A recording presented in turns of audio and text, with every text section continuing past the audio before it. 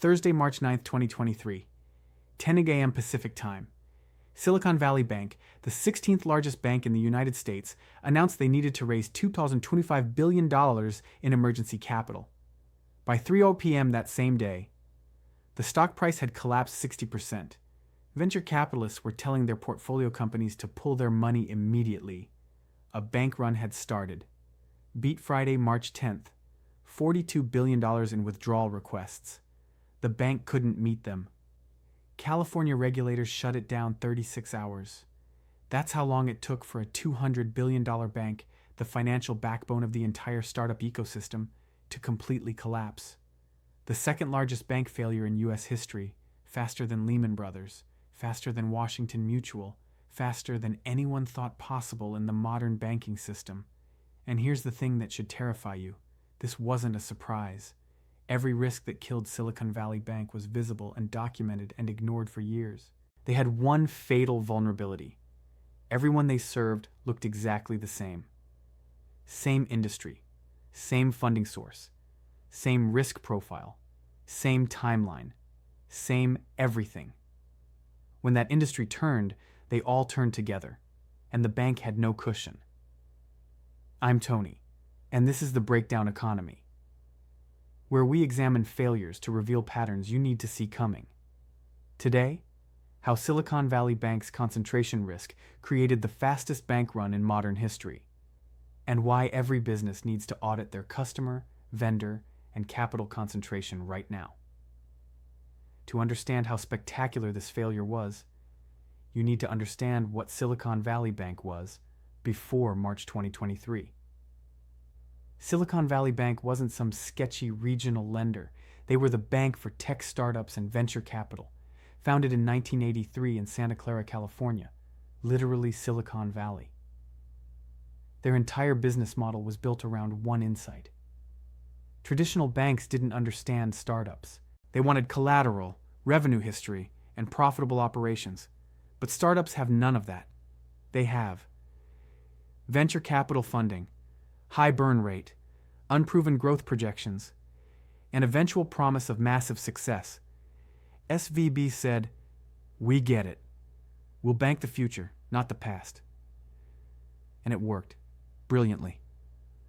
By 2023, they had $2 billion in assets, making them the 16th largest U.S. bank. Nearly half of all U.S. venture-backed startups banked with SVB, relationships with thousands of VCs and private equity firms, provided premium banking for tech executives and founders, and an international presence in tech hubs globally. They weren't just a bank, they were infrastructure for the innovation economy. Y Combinator startup companies banked there. Sequoia portfolio companies. Andreessen Horowitz startups. If you raised VC money, you probably banked with SVB. They offered fast account opening, days, not weeks. Credit lines against venture funding, not revenue. Relationships with VCs who could make warm intros. Understanding of startup cash flow cycles. And wine country lending because they are in Silicon Valley. They were the cool bank, the one that got it. But that specialization, that deep, narrow focus on one industry, created a hidden vulnerability that would destroy them in 36 hours. So, let's break down exactly how Silicon Valley Bank collapsed. Because this wasn't one mistake. It was 3 compounding failures that created a perfect storm. First, let's talk about what banks actually do, because this is critical to understanding the failure. Simplified bank model. Customer deposits money. Bank pays 0.5% interest. Bank lends, invests that money. Bank earns 3 to 5% interest. Bank keeps the spread, that's the profit you deposit $100. Bank pays you $0.50 a year in interest. Bank invests that $100 in bonds, earning $3 a year. Bank profits $2.50 a year. Simple, stable, boring. But there's a critical timing issue, deposits, which are liabilities. Can be withdrawn anytime, liquid. Bank must have cash available on demand investments, which are assets. Often long-term bonds, 10, 30 years. can't be sold immediately without loss.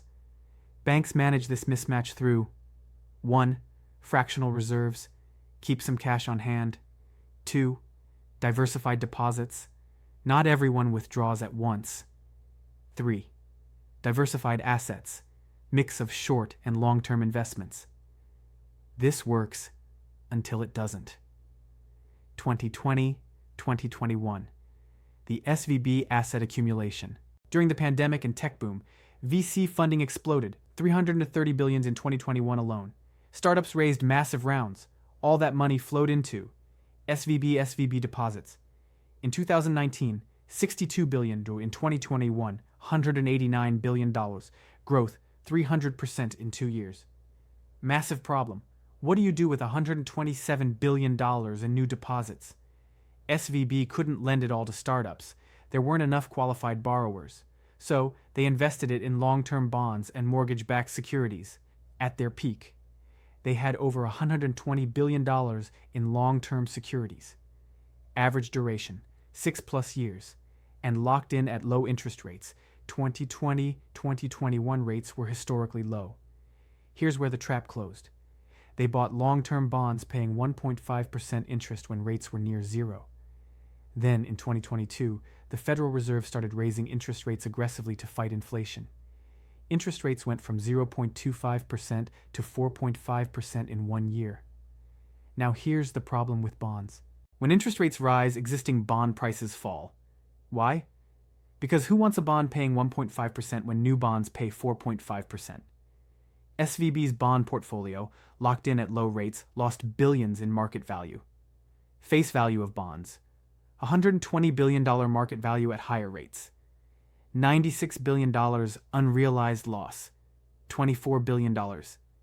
Now this is fine if you can hold the bonds to maturity. Eventually, you get the full face value back. But if you need to sell them early to raise cash, you take the loss. And SVB was about to need cash, and they were going to need it fast. Remember how I said SVB specialized in tech startups? That concentration was the second fatal mistake.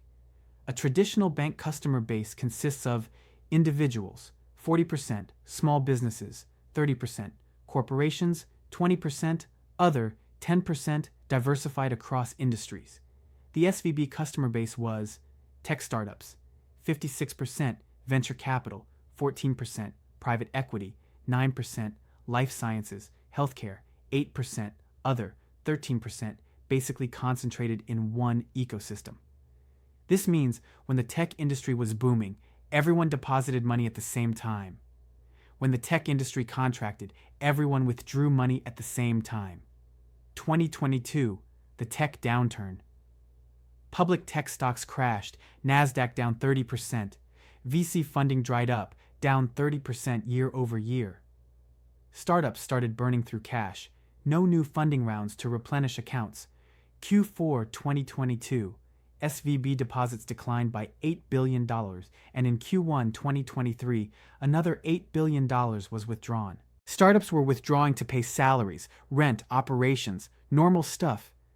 But they were all doing it simultaneously, because they all faced the same market conditions, at the same time.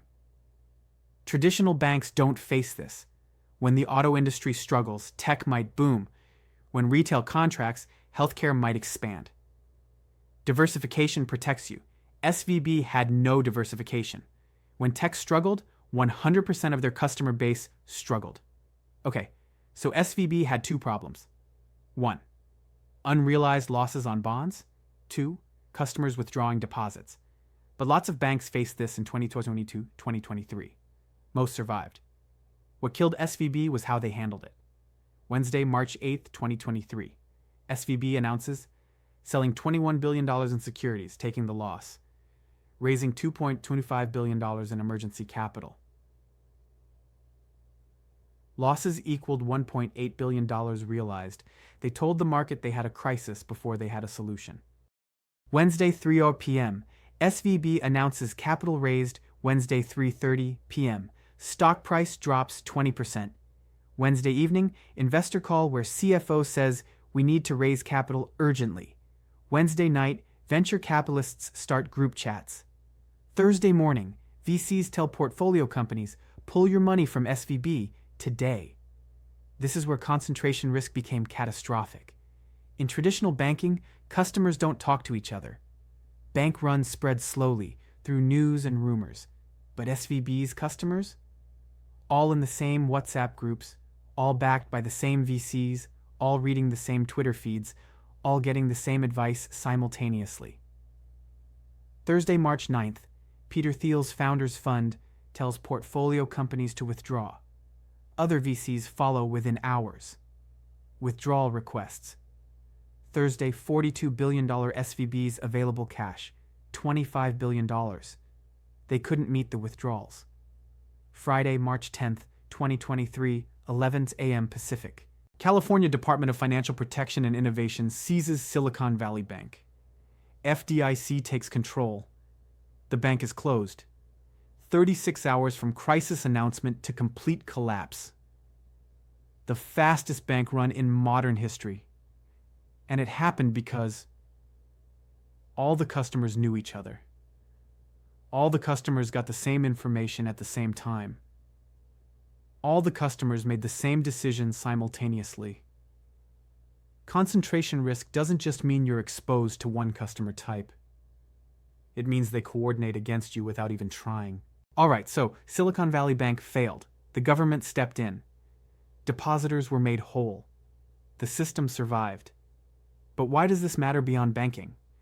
Because SVB just demonstrated 3 concentration risk patterns that apply to every business. Pattern number 1, customer concentration, coordinated risk. When your customers all look the same, they don't just face the same risks, they coordinate responses to those risks. Think about it. If you're a B2B SaaS company selling only to e-commerce companies, when Amazon changes its algorithm, they all get hit simultaneously and they all cancel your service. Restaurants. When COVID lockdowns hit, they all closed simultaneously and they all stopped paying coin. Crypto companies. When crypto crashes, they all fail simultaneously, all churn. Real examples of this pattern. Carta, cap table management. 90% plus of customers are venture-backed startups. When VC funding dried up in 2022-2023, growth stalled. Customer concentration, revenue concentration Brex, corporate cards for startups. Built for venture-backed companies, 2022 downturn. Customer base struggled simultaneously. Had to pivot to larger enterprises. Rippling, HR software. Heavy concentration in tech startups. Tech layoffs, their customers laying off. Churn spike. The pattern, boom times. Concentration seems efficient, everyone growing together. Downturn, concentration becomes catastrophic, everyone struggling together. Low risk, diversified. Multiple industries, different economic cycles, geographic diversity, various company sizes, high risk, concentrated. One industry, same funding source, same geography, same company stage. Ask yourself right now, what percentage of your revenue comes from one industry, one customer segment? Are companies funded the same way? Are they in the same geographic region? If any answer is over 50%, you have SVB level concentration risk. Pattern number 2, network effects. Work in reverse. SVB benefited from network effects on the way up. Your portfolio company banks with SVB, mine does too, let's both bank there. VCs recommended SVB to their startups. Startups recommended SVB to each other. Y Combinator made them the default. Network effects created dominance, but network effects are bidirectional. Positive network effect, growth. More customers, more value, more customers. Virtuous cycle. Negative network effect, collapse. Customers leave, others see exodus. More customers leave. Death spiral. Thursday, March 9th, SVB experienced negative network effects at scale. 1. Founders fund withdraws. 2. Other VCs see this and withdraw. 3. Startups see VCs withdrawing and withdraw. 4. Social media amplifies the panic. 5. More withdrawals trigger more panic. 6. A coordinated bank run in 24 hours. Same pattern in other collapses. FTX cryptocurrency exchange. Rumor of insolvency spreads on crypto Twitter. Everyone tries to withdraw simultaneously. Exchange can't meet withdrawals. Collapse in days. Twitter verification changes. Blue check changes announced. Advertisers see chaos. Advertisers coordinate exodus. Revenue impacted. When your customers communicate with each other easily, they can coordinate panic as effectively as they coordinate adoption. If you built on network effects, you're vulnerable to coordinated withdrawal. Pattern number 3. Unrealized risks become real fast. SVB's bond losses were unrealized for months. Accounting terms. Unrealized loss. The bonds lost value, but we haven't sold them, so it's just paper loss. Realized loss. We sold the bonds and actually took the loss. In normal times, unrealized losses stay unrealized. You hold the bonds to maturity. Eventually, you get your money back. But in a crisis, unrealized risks become realized instantly. Here's a normal scenario. Unrealized loss exists. Bank has time to work through it. Can wait for bonds to mature or rates to shift. But in a crisis scenario, need cash immediately.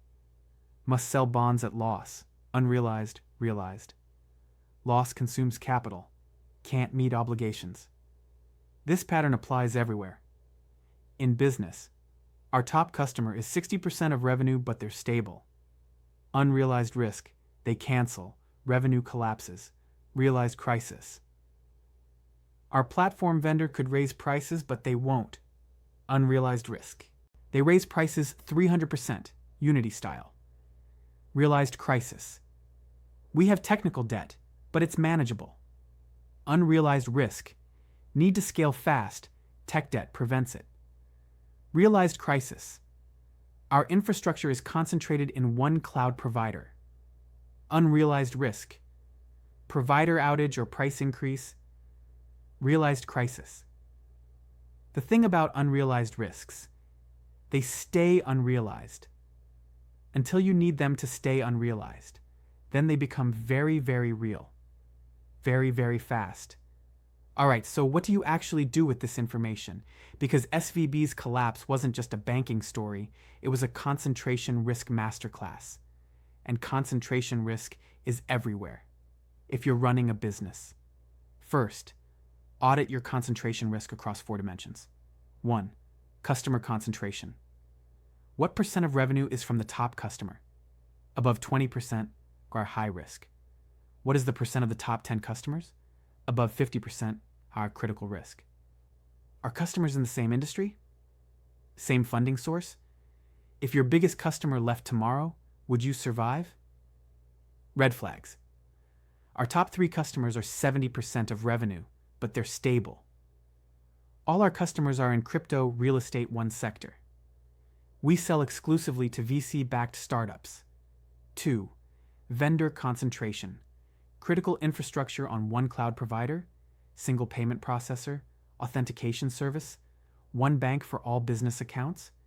If your primary vendor failed tomorrow, could you operate? All on AWS. What's your Azure GCP migration plan? Only Stripe?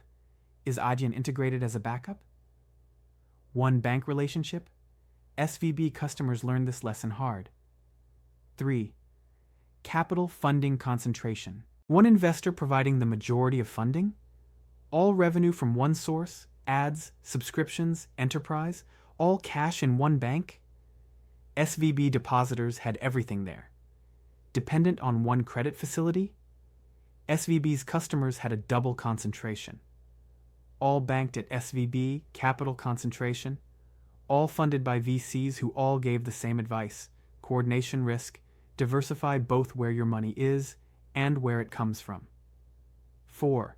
Geographic regulatory concentration. All customers in one country region? Are they subject to a single regulatory regime? Supply chain concentrated in one area? COVID proved geographic concentration, coordinated disruption. Second, build diversification into your strategy. Now, don't wait for the crisis. Customer diversification. Target different industries intentionally. Mix enterprise and SMB customers. Geographic expansion. Different economic cycles. Limit any single customer to 15% of revenue. Vendor diversification. Multi-cloud for critical workloads. Multiple payment processors integrated and tested. 2 to 3 banking relationships.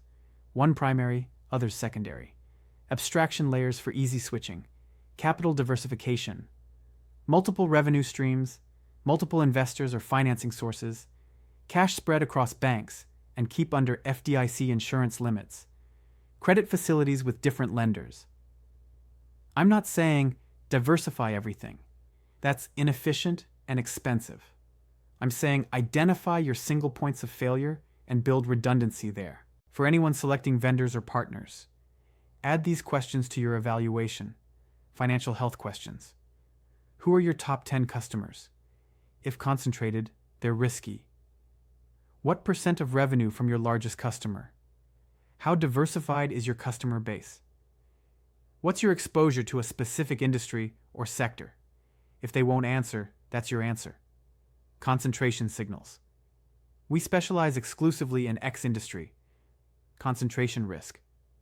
All our customers are in this sector. Coordinated risk. We're the go-to solution for the market. Vulnerability. Specialization is great for product market fit, terrible for surviving downturns in that market. Operational resilience questions.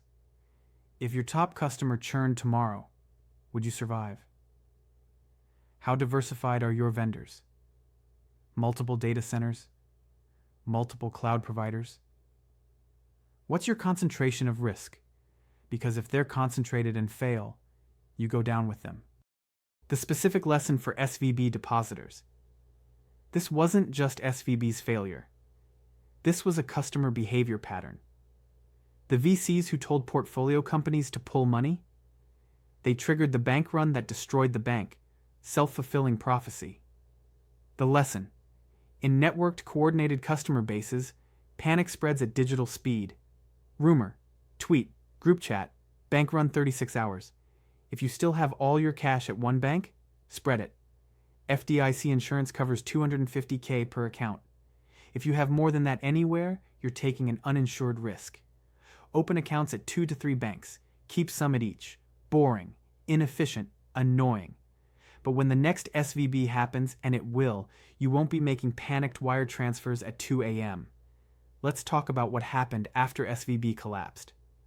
March 12, 2023, 48 hours after closure. FDIC and Treasury announced all depositors would be made whole, even those over $250K insurance limit. Prevented broader panic and financial contagion. SVB's customers didn't lose money, the taxpayers did. The government backstopped everything. But the lesson isn't concentration risk doesn't matter because bailouts exist.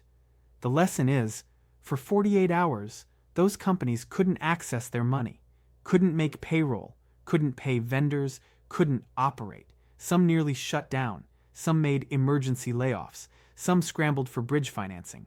That was the real cost of concentration. 1 year later, SVB sold to First Citizens Bank. Some operations continue under new ownership. Tech ecosystem recovered. But thousands of companies learned, never again.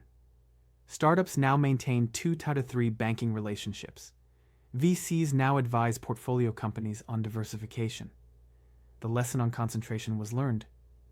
Temporarily. Here's what SVB teaches us about concentration risk.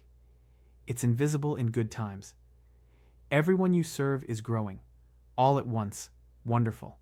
But correlated upside becomes correlated downside. When the cycle turns, they all turn together. And if they coordinate, if they talk to each other, share information, make decisions together, the turn happens faster than you can react. 36 hours. That's how long you have when concentrated, coordinated customers panic. Silicon Valley Bank specialized in one industry, one customer type, one ecosystem. They won on the way up. They died on the way down. So don't build a business that only survives in one scenario.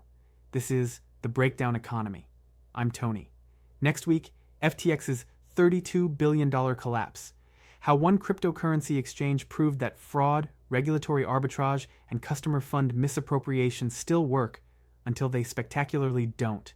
Subscribe to see the next breakdown before it happens, and check your customers, vendors, and capital concentrations. Do it this week, because the next time something breaks, it'll fail fast. I'll see you next Thursday.